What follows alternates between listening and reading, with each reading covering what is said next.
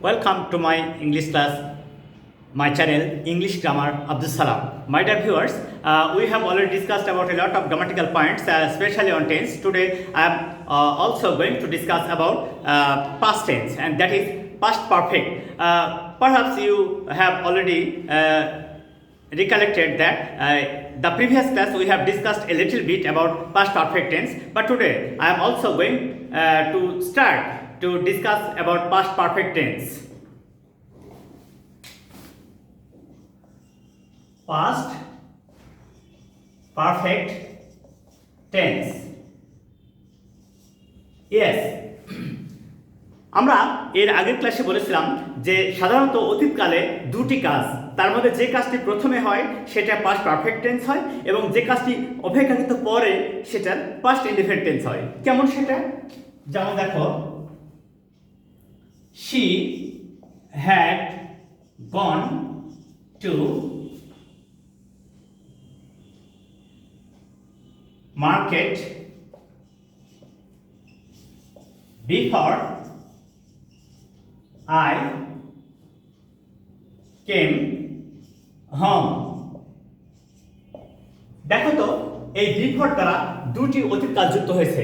এখানে কিন্তু আমরা এর আগের দিনও বলেছি যে বিফোর অর্থ পূর্বে, বিফোর অর্থ পূর্বে, বিফোর বিফোর অর্থাৎ বিফোরের পূর্বে পাস্ট পারফেক্ট, অর্থাৎ এটা বিফোর তার পূর্বে পাস্ট পারফেক্ট, এটা হচ্ছে পাস্ট পারফেক্ট টেন্স। আর বিফোরের পরেটা সিম্পল পাস্ট, সিম্পল পাস্ট।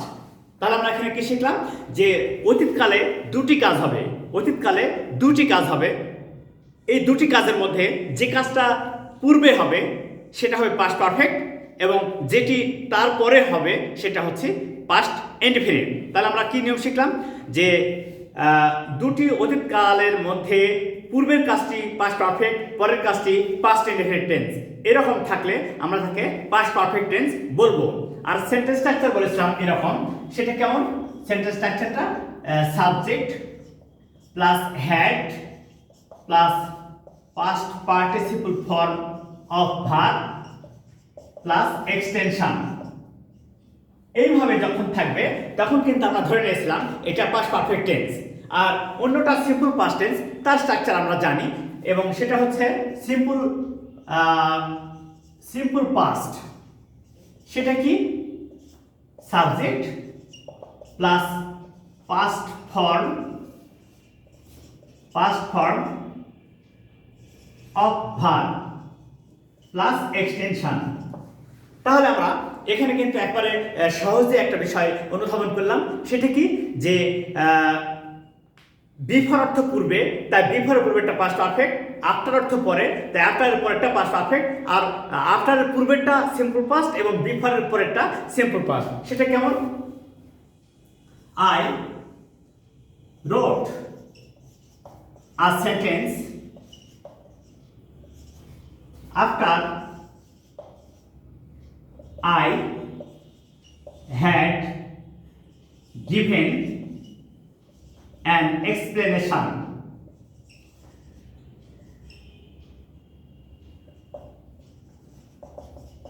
এই যে আফটার, তাহলে আমরা এখানে শিখলাম বিফোর আফটার অর্থাৎ বিফোরের পূর্বেরটা পাস্ট পারফেক্ট হচ্ছে আর আফটারের পরেরটা পাস্ট পারফেক্ট টেন্স হলো।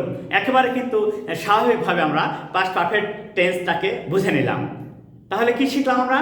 যে অতীতকালে দুটি কাজের মধ্যে অপেক্ষাকৃত পূর্বের কাজটা পাস্ট পারফেক্ট এবং পরের কাজটা সিম্পল পাস্ট টেন্স হয়। এবং পাস্ট পারফেক্টটা কি? প্রথমে সাবজেক্ট, তারপরে অক্সিলারি ভার্ব হবে হ্যাড, আর যে কোনো পারফেক্ট টেন্স অর্থই কিন্তু ভার্বের পাস্ট পার্টিসিপল ফর্ম। আর অন্যটা সিম্পল পাস্ট। সিম্পল পাস্ট তো একেবারে সিম্পল, সেটা কি? সাবজেক্ট এরপরে ভার্বের past form plus extension. Extension থাকতেও পারে, নাও থাকতে পারে, কিন্তু আমাদের মূল বিষয় হচ্ছে সাবজেক্ট প্লাস ভার্বের পাস্ট ফর্ম। এরপরে আমরা দেখি যে এই পাস্ট পারফেক্ট টেন্সটাকে আর কিভাবে আমরা তুলে ধরতে পারি, কত সহজে এটার আরো ব্যাখ্যা করতে পারি, সেটা নিয়ে এখন কাজ করব। এখানে একটা স্ট্রাকচার দেখার চেষ্টা করবো আমরা। এটা কি বলছে?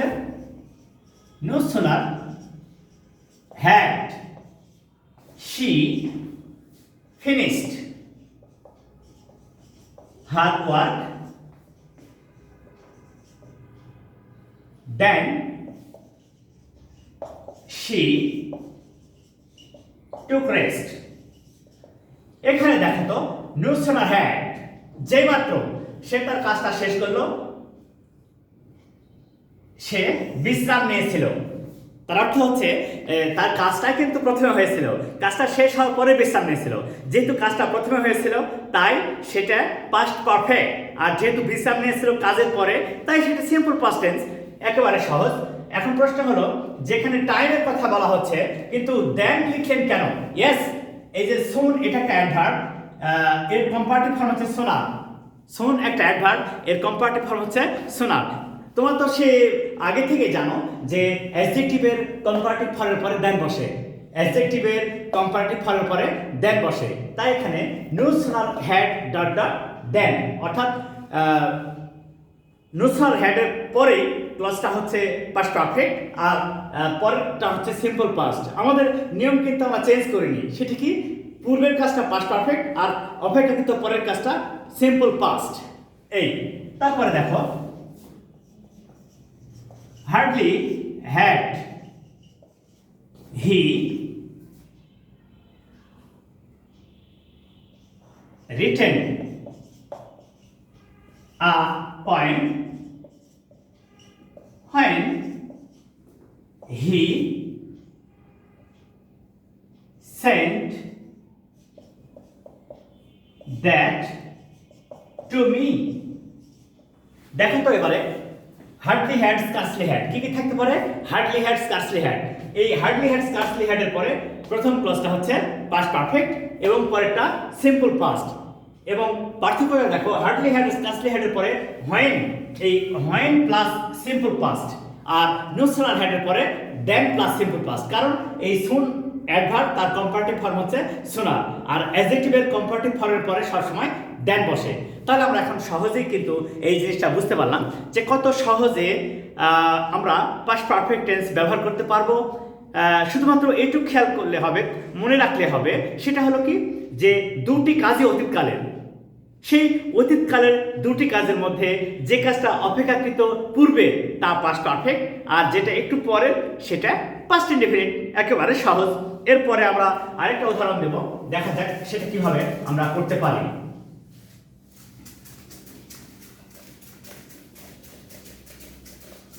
আমরা এর আগের দিনেও পাস্ট পারফেক্ট নিয়ে কিছুটা আলোচনা করেছিলাম, কিন্তু সেটা একেবারে সামান্য শুরু করেছিলাম। আজকে বিস্তারিত ব্যাখ্যা করব যাতে তোমরা একেবারে পাস্ট পারফেক্ট টেন্স নিয়ে ক্লিয়ার হয়ে যাও। দেখো তো, when they had made a plan to arrange a game, they took some preparation।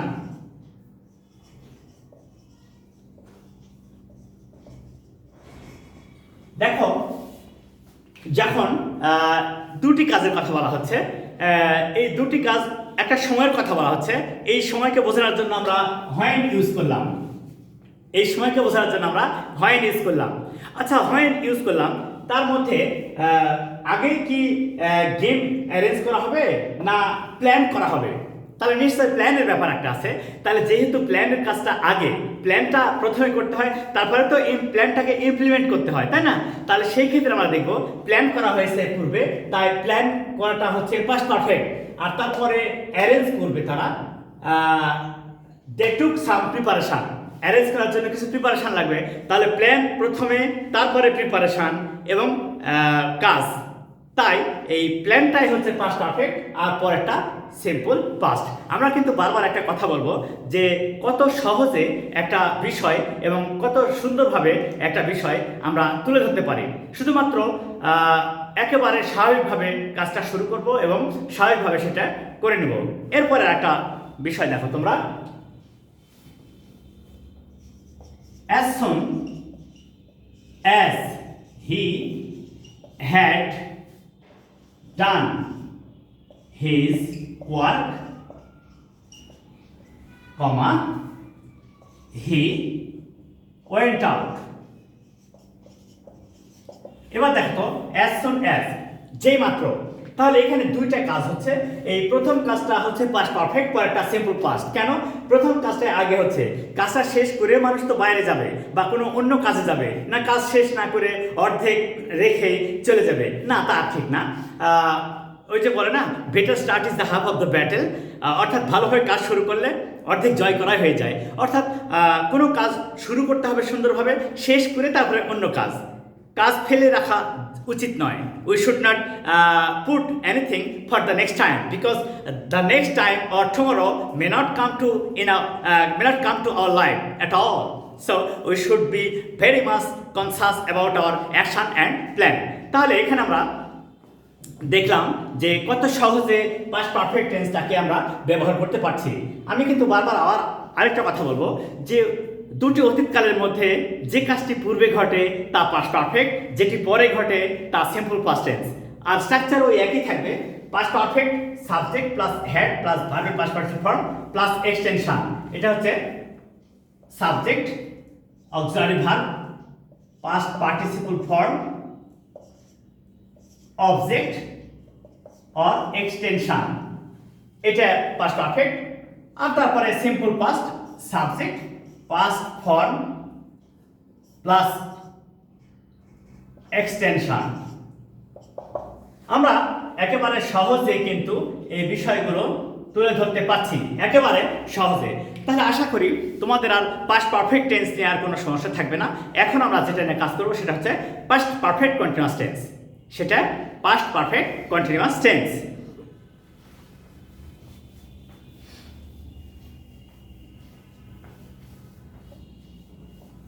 আসলে প্রতিটা টেন্সের সাথে আরেকটা টেন্সের সামান্য একটু মিল আছে, এর জন্য প্রত্যেকটা বিষয় অত্যন্ত সুন্দরভাবে আমরা শিখব past perfect continuous tense.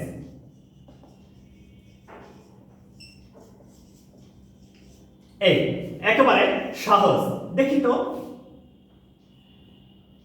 He had been reading a novel before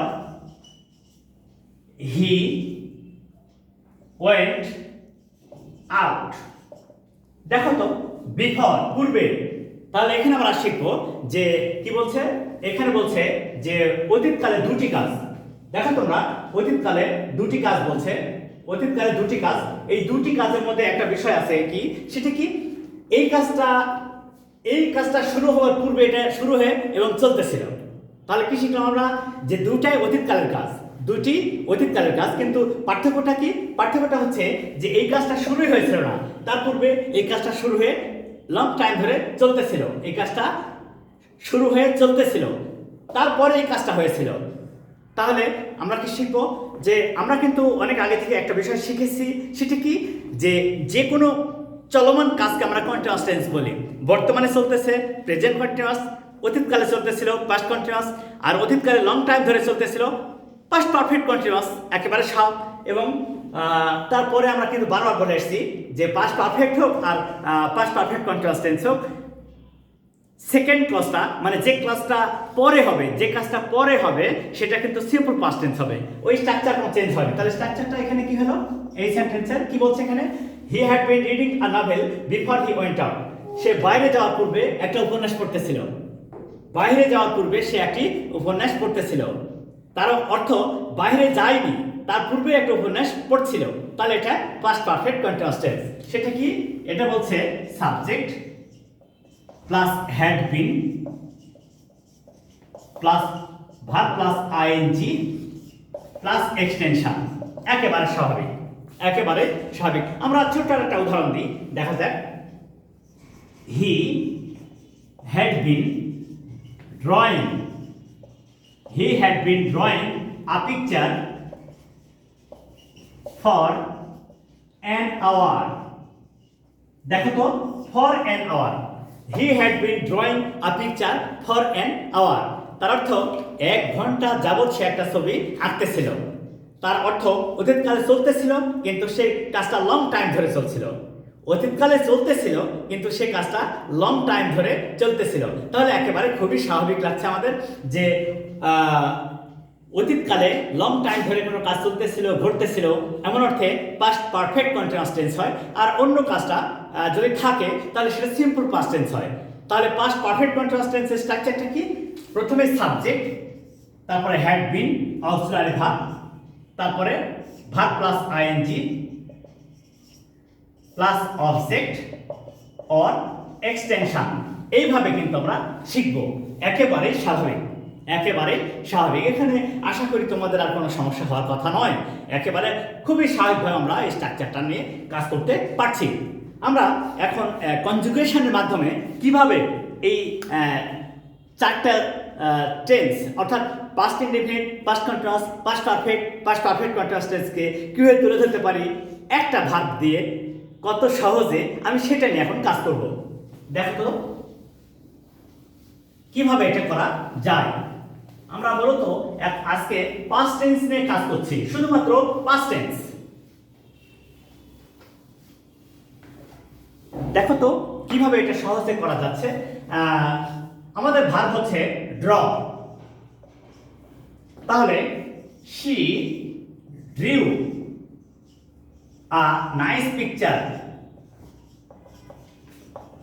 yesterday. She drew a nice picture yesterday. তার অর্থ এটা হচ্ছে সিম্পল পাস্ট। কেন সিম্পল পাস্ট? কেন?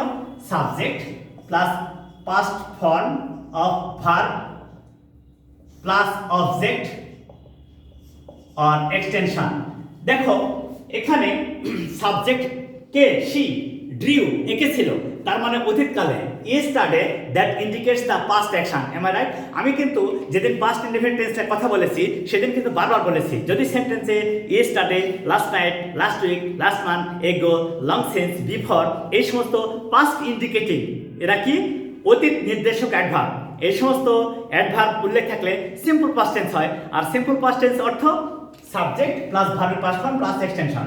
এরপরে পাস্ট কন্টিনিউয়াস কি? সেটা she was drawing a picture